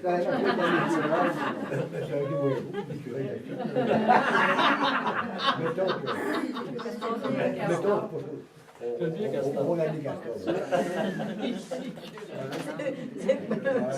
ferai pas de joke. Je pensais à la dentition. On parlait tantôt du club Omnisport, mais le fondateur du club Omnisport, c'est quelqu'un qui était quand même fait beaucoup de choses à Acton, c'était Émile Grimal, un Marseillais, Français Marseillais, qui a vécu plusieurs années, qui a un cancer de la peau, il est retourné chez lui, il est mort son retour. Quelqu'un de extraordinaire. L'équipe se compose de Henri Thibault-Couture et Jean-Louis Beaunoyer, receveur, Serge Lemoine, Régent Plourde, Régent Guillet et Denis Patry, lanceur, Denis Asselin, Jean-Pierre Jeté, Edmond Genet, Georges Asselin, Richard Lamoureux et Ghislain Gaudreau, chant intérieur. Gaby Meunier, Claude Louis Jeté, Gaston Meunier et André Jeté au champ extérieur. 1200 personnes assistent à la partie d'ouverture de la saison à Actonville. Ça faisait longtemps qu'il n'y avait pas eu du baseball. Il y avait un engouement qui était là. Actonville finit la saison en 4e position. Il remporte par forfait la semi-finale contre les Chevaliers de Granby qui ont été suspendus de la ligne par le président Raoul Arpin. Est-ce que vous Raoul Darpin, Dr. Nam, Non, mais pourquoi il avait été Pourquoi suspendu? pourquoi il a été suspendu? Il y en a. Hein? président, Raoul Darpin. Oui. Oui, mais il a suspendu. Il a suspendu le Granby. Pourquoi il a été suspendu, je ne sais pas. Ouais, je sais pas. Après, il a fait président. Ouais, c'est ça. En finale, les Castors perdent le championnat de justesse à la 8e manche de la 7e partie contre les 7-Up de Waterloo. Ah oui. J'ai toujours trouvé ça drôle, les 7-Up de Waterloo. Il y avait un bon commanditaire. Lors de la fête de clôture de la saison, le 31 octobre, un trophée est remis à Henri Couture pour souligner sa 25e saison de baseball. Ah, imaginez-vous celui que d'autres vont avoir quand il va prendre sa retraite. C'est ça. Henri, il a joué avec les différentes équipes. quand même. 25 ans, c'est peu à comparer avec les états de service de Doud. 1959 à 1963, une équipe 5 fois championne. Mais c'est-à-dire, Maurice a rajouté quoi? Il a pris sa retraite forcée parce qu'ils l'ont pas pris. Et voilà. Il n'a pas pu gérer ça. Je n'ai pas osé le dire. C'est vrai. Mais moi, on bien dire la vérité, quand c'est arrivé, là. Il n'y avait pas de chance de le savoir. Une retraite forcée. C'est ça, quand tu n'es plus capable, c'est un receveur. Il n'y a pas de position plus difficile que receveur. En 1959, les Castors font partie de la Ligue provinciale du président Léopold Durivage, section ouest, avec Granby, Saint-Hyacinthe et Waterloo, tandis que Trois-Rivières, Drummondville, Victoriaville, Plessisville, Québec et Clifford Mines composent la section est. On commence à avoir un territoire assez vaste. Le club local, dont le pilote était Montgenet, Les écureuils. d'en aller voir. C'est pour les écureuils, d'accord. C'est ça. Allez, les joueurs suivants. Boris Jacques, Gilles Boivin, Claude, André et Jean-Pierre Jeté, Romain Labrec, Régent Plourde, Jean-Louis Beaunoyer, Denis Asselin, Léo Asselin, Jean-Guy Noël et Yvan Belleville. Si je me souviens, Jean-Guy Noël, c'est le lanceur. Oui. Si bien que, un beau lanceur, ça, oui. Alors, les Castors terminent la saison régulière en deuxième position derrière Waterloo et devant Granby et Saint-Hyacinthe. Ils éliminent Granby et Waterloo pour devenir champions de la section ouest. Ils sont ensuite défaits par Trois-Rivières, les vainqueurs de la section est, par 3 parties contre 1. En 1960, les clubs de la section ouest se regroupent pour former la Ligue provinciale des cantons de l'Est sous la présidence de J. Dardanel-Loyon d'Actonville. Le président du club est Marcel Desjardins et Gaby Meunier est l'instructeur des joueurs, parmi lesquels on retrouve Jean-Pierre, Claude et André Jeté, André Vaudry, Raymond Cloutier, John Mongeau. Est-ce qu'on disait Mongeau? Mongeau. Denis Léo Asselin, Gilles, Jacques et Maurice Boivin, ainsi que Dominique Chabot. Ça, c'est vraiment votre époque, ça. Alors, là, on Ça, les termine. Boivins, c'est toujours au stade de la Robole. Oui, On termine. en 60. On termine en première position sur un pied d'égalité avec Granby. La série 2 de 3 pour désigner le champion de la Ligue est remportée par Actonville qui en était à ses 13e et 14e victoires consécutives depuis le 24 juin. Après une seule victoire en 4 parties, Saint-Hyacinthe concède la semi-finale aux Castors qui affrontent ensuite les Chevaliers de Granby et on les bat en 6 parties. En 1961, le circuit Loignon agrandit ses cadres avec l'arrivée des clubs Quaticook, Drummondville, Sherbrooke et Saint-Hyacinthe. Et Saint-Hyacinthe, par contre, s'en retire. Cependant, on limite à un rayon de 75 000 des voyages à l'extérieur. C'est quand même un bon périmètre. Des milles, pas des kilomètres. Oui, c'est 100 quelques kilomètres. La franchise d'un club est de 200 plus 75 pour les frais d'administration. Écoutez bien celle-là. Le secrétaire de la Ligue, Jean-Paul Détras, a précisé qu'aucun club n'a le droit de verser un salaire fixe à un joueur. Il est cependant entendu que si un joueur doit débourser ses deniers pour venir s'aligner avec un club, ce dernier a le droit d'être remboursé. Il n'est pas payé, mais pour ses frais. Payer des dépenses. Chaque club a également le droit d'aligner 5 joueurs de l'extérieur, mais les chances doivent cependant être données aux talents locaux. Ceci pour aider les petits centres. Ça, ce n'est que le début. Chaque club doit disputer 40 parties au cours de la saison régulière qui débute le 6 mai. Lors de l'inauguration officielle qui a lieu le dimanche 7 mai à Actonville, les Castors l'emportent sur les Alouettes de Sherbrooke au compte de 3-2. Le club local, dirigé par Gaby Meunier, comprend les lanceurs Claude Groux, Henri Corbeil, qui je pense que Corbeil, ça a été pas mal le lanceur des castors. C'était une merveille. De toute la Ligue. Ouais, de la Ligue, oui. Le receveur, René Valois, M. Beaubanville, Denis Boucher, Jean-Pierre et André Jeté, Denis Léo-Asselin, Romain Labrec, André Vaudry, Claude Lisotte, Maurice Charon, Roger Desjardins, Marcel Belrose et André Tétrault forment l'alignement. Les Castors terminent la saison régulière en troisième position derrière Waterloo et Granby, suivis de Sherbrooke, Drummondville et Quaticook. Durant les éliminatoires, les parties en soirée ont lieu à Saint-Hyacinthe ou à Drummondville, faute de système d'éclairage au stade d'Actonville. Les Castors défont les Canadiens de Quaticook et les Royaux de Drummondville dans les séries quarts de finale et semi-finale. La finale oppose Granby et Actonville. Lors de la 7e et décisive joute entre Actonville et le Chevalier de Granby, disputée devant près de 3000 personnes, dont une bonne délégation d'Actonville, un superbe ralliement arrive à la 9e manche, permis hier aux Castors d'Actonville de changer une défaite apparente de 4-2 à une victoire de 5-4 et de remporter en même temps le championnat de la Ligue provinciale senior des cantons de l'Est, titrait la tribune de Sherbrooke le 13 septembre 1961. Un autre championnat. En 62, Saint-Jean jouait la Ligue provinciale et le 7-Up de Waterloo s'en retire.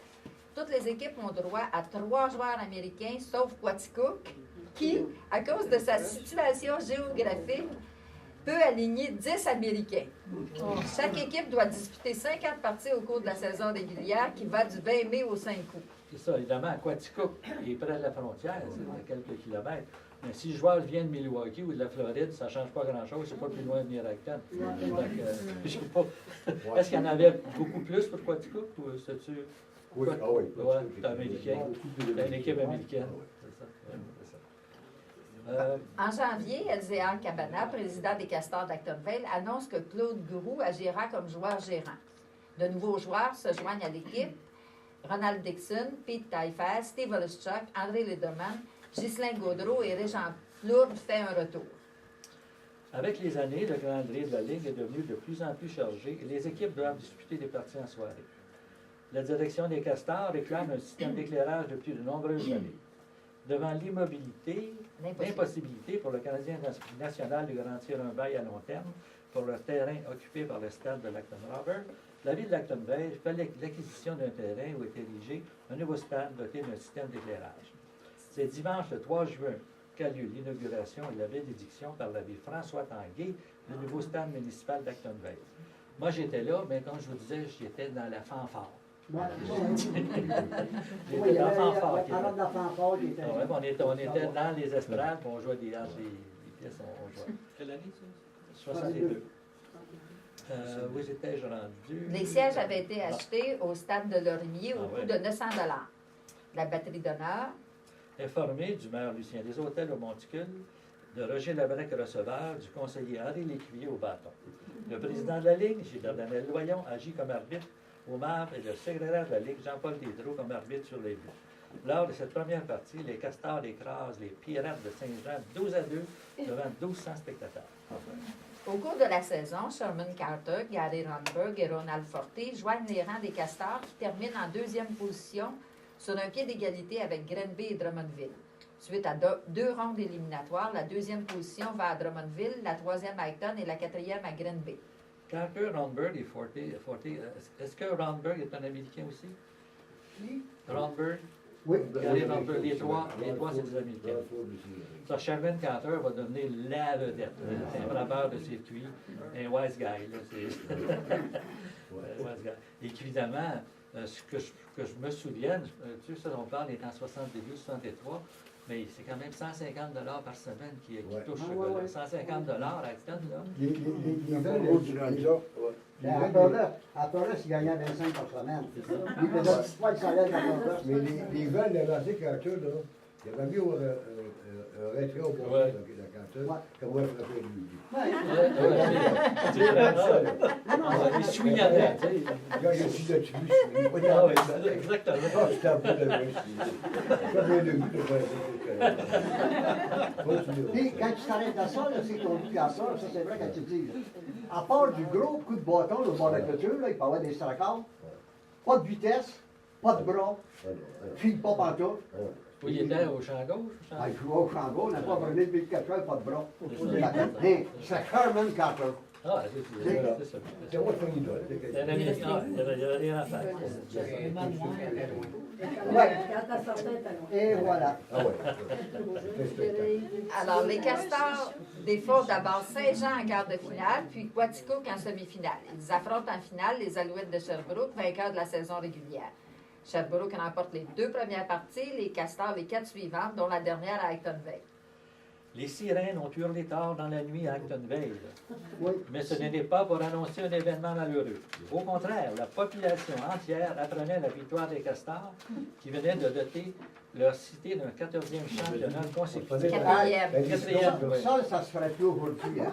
Mais nous, on a vécu là, le truck de pompiers, on était bien pompiers, les 11 h du soir, les sirènes dans toute la ville, les membres sont en pyjama des châssis, ils envoient tout la même. Aujourd'hui, ça se ferait plus fort. C'est vrai, c'est vrai. Si le feu pogne, on a dit ça, Ce fut en effet une parade de joueurs précédée d'un camion de service des incendies, d'une automobile à la fosse constabulaire, de la fosse constabulaire, et marquée par la présence d'un grand nombre d'automobiles, dont les occupants comprenaient des chauds partisans de l'équipe. Nous raconte la tribune du 21 septembre 1962. Et comme le faisait remarquer son honneur le maire Lucien Desautels, poursuit l'article, alors qu'il félicitait l'équipe, les autorités municipales sont d'autant plus heureuses d'avoir contribué la part du lion au support du club, en les ayant dotés à prix de considérables sacrifices du magnifique stade qui fait l'orgueil de la ville, que c'est le premier championnat qui se remportait sur son propre terrain. Les 3 précédents avaient été gagnés en rencontrant les clubs à l'extérieur. Ce fait marque un record qui restera toujours à l'honneur de l'inauguration du stade. En second lieu, c'est aussi un fait hors de l'ordinaire dans une ligue aussi balancée que celle de la ligue de M. G.D. Loignon, que les porte-couleurs d'Actonville fassent cadeau à leur ville et à leur président d'une série consécutive de 4 championnats. C'était dans la pensée du 25 octobre 1962. Le budget des Castors, qui était de 11 000 en 1961, a atteint près de 23 000 en 1962. Cette montée rapide des coûts place les petites villes du circuit dans une situation financière difficile. De plus, en juillet 1963, la Ligue augmente de 2 à 5 le nombre des joueurs américains que chaque club peut recruter. C'était un peu la mort de nos Castors, c'était un peu ça. C'était déjà difficile en augmentant. Et puis, si tu veux, j'imagine que tu vas avoir une équipe gagnante. Si tu sais que d'abord que tu vas te faire laver le restant de la saison. beaucoup de se maintenir, pareil, comme ça. Oui. Ah oui. Cependant, les mêmes 6 équipes forment la ligne provinciale des cantons de l'Est en 1963. Julien Lamotte est l'instructeur des Castors jusqu'à la fin juin, alors qu'il est remplacé par Roland Mullier.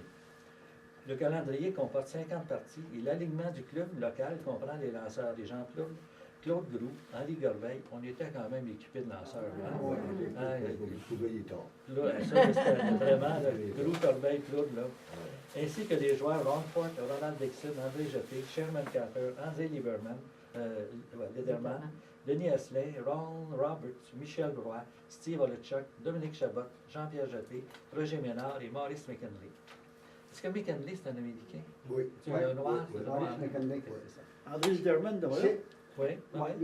Maurice McKinley, moi, c'est un petit souvenir. Oui. Grand nègre des États, la première game d'ouverture, il va en masse, un contre Plessisville à Tom. Il frappe 2 home runs. Il s'en va après la game, cogner dans la porte du gérant général, qui s'appelle Gaston Meunier, pour avoir une augmentation. Et Ceux qui l'ont connu, Est-ce qu'il a viré de bord? donc, c'était du fait de l'année. Oui, est-ce qu'il a viré? C'était 2 seuls home runs avec la frappée. Tu connais pas la balle.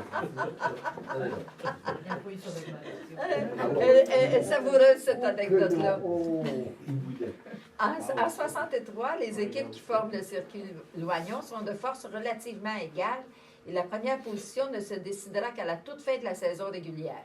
Seulement 7 parties séparent la première de la dernière position.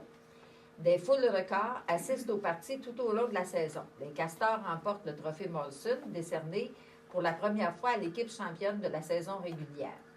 En semi-finale, Les Castors éliminent Sherbrooke et en finale, dans une série 5 de 9, ils défont Grenby en 6 parties.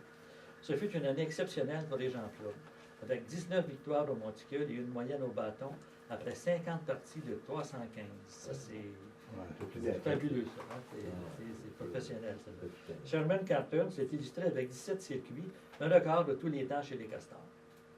En 1964, le calendrier comprend 40 jours. La Ligue provinciale des cantons de l'Est du président Gilles Loignon est formée des clubs Actonville, Drummondville, Granby, Sherbrooke et Quatico.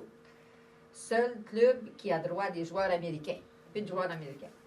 Sous la présidence d'Elzéa Cabana et dirigé par Roland Meunier, les Castors alignent André Jeté, Claude Groux, Steve Oloschuk, Roger Ménard, Ron Dixon, Marcel Blais, Plaisance, André Lederman, Gaëtan Gervais, Henri Corbeil, Roger Ortouzeau, Georges Guilbeault, Maurice Dion, Keith Peake et Michel Leroy, tandis que Sherman Carter s'aligne avec une filiale des Yankees en Floride. Les Castors finissent en tête ex aequo avec Drummondville. Granby bat les Castors 4 parties à 2 dans la semi-finale. Drummondville défait Granby en finale et devient champion de la Ligue. Juste pour vous rassurer, il reste 2 ans. Parce que je sais que le temps passe. Mais là, il n'en parle peut-être pas, mais dans le milieu de l'année, il se fait des fois. Carter s'en va à la Chine. Oloschuk a 25 piastres par game, Acton, Granby en a 50. Tu sais, là, ça commence de même. Oui, c'est la fin. C'est le début de la fin. Là. Exactement. C'est quel joueur qui se promenait à Jaguar? Forty, hein? Ronnie Ford. Forty avait un Jaguar, oui. Ronnie Ford, Il avait un Jaguar. justement, il est venu à Acton, ça fait 50 ans, on l'a pas vu, il y a 2 ans. Ronnie Ford. Il était pilote de l'aviation américaine. Il a été pilote dans l'aviation américaine. Forty, Oui, c'est ça. Il était pilote dans l'aviation américaine. exactement, c'est pour ça qu'il est parti de bien loin. Ça ne coûte pas cher, voyager en avion, il était pilote d'avion, là, tu savais. Alors, on est en janvier. Ils ont remplacé le stade, ils ont nivelé le monticule au stade pour qu'il puisse atterrir. En janvier 65, Yvon Ellison devient président de la Ligue provinciale et J.D. Loignon accepte la vice-présidence. Les Indiens de Québec, les Braves de Plessisville, les Mets de la Chine et Thetford Mines s'ajoutent au circuit. Les Castors ont un nouveau président, Gaston Meunier, et l'instructeur Roland Meunier est assisté de Jean-Pierre Jeté. L'équipe aligne Plourde, Corbeil, Groux, Peake, Constas, André Jeté, Lowe, Brooks, Lederman, Malouin, Dion et Steve Oloschuk, qui en mai est échangé contre John Mentis du Granby. Malgré leur succès, 76 points dans leurs 16 premières joutes, la tenue toujours exceptionnelle du lanceur Corbeil, dont une partie de 17 retraits au bâton, Acton termine la saison ex aequo avec Granby. 32 victoires contre 16 défaites, mais perd la série 2 de 3 pour déterminer la première place. En quart de finale, Acton défait la Chine 3-2 et est éliminé en semi-finale par Drummondville, qui devient le champion en défaisant Granby. 1966, la Ligue provinciale comprend les mêmes clubs qu'en 1965. Ça va être aussi la dernière année des Castors. Et le calendrier régulier compte 48 parties. Le président des Castors est Gaston Meunier, le gérant général Gilles Voyons et le pilote Marcel Racine, qui sera remplacé en juillet par Fred Bourbeau. Le pilote, qu'est-ce que le pilote? L'instructeur, le pilote? Marcel, oui, le pilote. Mais Marcel Racine n'a pas fait longtemps, puis on n'a jamais su pourquoi. On est en tête avec Tom. Ouais. Lui, il gagne beaucoup de championnats avec Rosemont dans le billard. Qu'est-ce qui s'est passé en arrière, là? Ils le mettent dehors. Nous autres, on l'a ramassé pourquoi? Une coche mal taillée que vous avez Il reçue. y a quelque chose, il voulait tirer une augmentation, il voulait tirer bon. La liste des joueurs protégés du Actonville, transmise à l'organisation de la Ligue, comprend Roger Ménard, Marcel Jubinville, Henri Corbeil, Gilles Robichaud, Maurice Dion, André Jeté, Régent Plourde, Ed Harrison, Fred Bourbeau, Gary Marley, Jacques Proulx, Alain Jeté, Tony Moreno, Jack Fitzpatrick, Maurice McKinley, Hank Swerzianik. Oui. Bravo. C'était peut-être Yannick, mais je ne suis pas sûre. Lou Les gars Williams de radio. et Dan Petz ont également fait partie de l'alignement en cours de saison à la Zander, Sherman Carter, Dominique Chabot, Gérald Brooks et Johnny Gross. Après avoir occupé la première place au classement de la Ligue, les Castors glissent en 3e position au début d'août. Granby termine au premier rang et Acton et Sherbrooke à égalité au second. Suite à une série 2 de 3, les Castors s'approprient la 2e position. En quart de finale, Drummondville défait Acton en 4 joutes et Sherbrooke élimine Thetford Mines. En semi-finale, Drummond l'emporte sur Sherbrooke et Granby sur Québec. Les Cardinaux de Granby sont les champions de la Ligue provinciale en défaisant les Royaux de Drummondville en finale. La saison 1966 est très difficile financièrement. Les frais de transport sont élevés et certains joueurs de vedettes touchent 150 $ par semaine. Vers la fin de la saison, dans le but d'éviter un déficit à l'équipe, la direction des Castors obtient une entente avec les Indiens de Québec. Les 2 jours que Québec doit disputer à Actonville auront lieu à Québec et une partie des entrées sera remise au Castor. Le président de la Ligue, Yvon Ellison, refuse malheureusement l'entente. À la fin de l'année, l'équipe accuse un déficit de 3 000 $, montant appréciable pour l'époque. Une souscription permet d'éponger la dette. À la une, la pensée du 8 décembre 1966 titre « Acton quitte la Ligue provinciale ». Ce fut la dernière année où Actonville aligna un club dans la Ligue provinciale qui a été dissoute quelques années plus tard. Le baseball majeur, avec l'arrivée des Expos de Montréal, a par la suite occupé toute la place. Il est ironique de penser que les raisons qui ont mis fin à l'existence des Castors en 1966 sont en quelque sorte les mêmes qui ont forcé nos amours les Expos à quitter Montréal. En conclusion, on a toujours dit d'Actonville est une ville de baseball. En suivant le parcours de nos équipes locales, nous devons constater le bien fondé de cette affirmation. Évoluant dans des circuits qui comportaient des villes beaucoup plus populeuses, les équipes ici ont toujours connu d'immenses succès et fait la renommée d'Actonville. Après la disparition des Castors en 1966, le baseball a connu une éclipse à Actonville. La Ligue du dimanche matin, formée d'amateurs locaux et d'anciens joueurs des Castors, avec Roger Bourgeois comme lanceur pour les 2 équipes, a utilisé le terrain pendant quelques années au milieu des années 70. C'est ça qui est des pitchers gagnés pour perdre en même temps. La seule gagnée qui perdait. Le terrain a ensuite accueilli une importante ligue de balle molle avant qu'une nouvelle équipe des Castors ne renaisse de ses cendres, telle le Phoenix. Elle évolue aujourd'hui dans la Ligue de baseball majeure du Québec. Les dieux du stade, avec Roger Bourgeois comme lanceur des 2 équipes, ça donne aussi au baseball chaque été au stade municipal, c'est le jeudi soir. Hein? C'est le jeudi soir. Fait que nous autres, on a passé, comprenez-vous, on a terminé pas mal. Les 696 pages, je vous dire, donner 2 petits bulletins. Fait que ça a été une année et plus de c'était obsédant. Hein? Alors, vers la fin de l'année,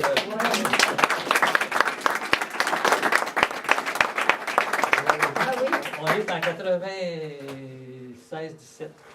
Fait que là, il est question de l'Internet s'en vient. Il faudrait bien se prendre un abonnement Internet. À l'époque, on passait par un gars de Drummond. On n'était pas branchés. Fait qu'on va à Saint-Hyacinthe, c'est Sogetel, qui s'appelait NTIC, Communication. Fait qu'on ne connaît pas grand-chose là-dedans. On squattait avant. Bon, il dit, ça va vous prendre, vous autres, c'est pas compliqué, c'est temps par mois. Ça me donnez-moi une adresse, un mot de passe ou quelque chose. Je dis, n'importe quoi. Ah, ben, Castor! Notre adresse courriel depuis 30 ans, c'est Castor avec un S. C'est à cause d'eux autres. C'est à toi, Oui, Roger. Je vous ai raconté, finir juste une petite anecdote, parce qu'on a parlé des dieux du stade. Je ne sais pas si vous avez déjà vu ça, moi je l'ai vécu avec eux autres. Vers 5 ans, c'est un beau samedi d'octobre, il fait beau, il fait chaud. Les gars décident, c'est la game décisive, tu sais, on va prendre, hein, une game décisive pour le championnat. Quand on part la game, tout est beau. Au début d'octobre, on est rendu à la 18e manche. C'est là. La game est égale. Elle se continue l'année suivante pour savoir le vainqueur. Pourquoi? Parce que là, les téléphones rentrent, le joueur qui est sur le terrain, ma gardienne a fini, son heure personnage, l'autre est collé pour aller habiter au hockey.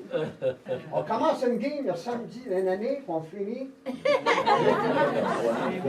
Magnifique. C'est jamais fini tant que c'est pas fini. Il y a un truc qui est drôle aussi qu'on a vécu.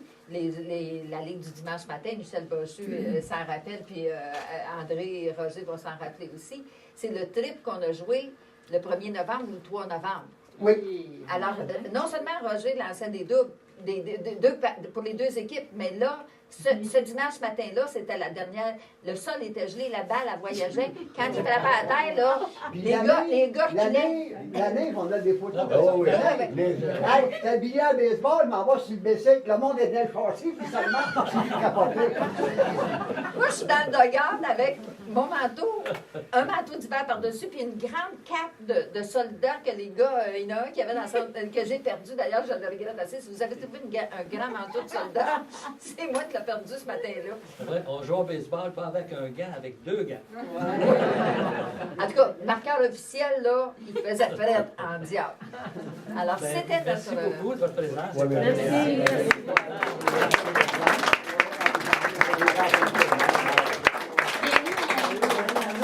On aimerait remercier nos conférenciers de la session ce soir, Mme Desmarais, M. Boulay. Merci. Ils sont tellement beaux, vos plateaux.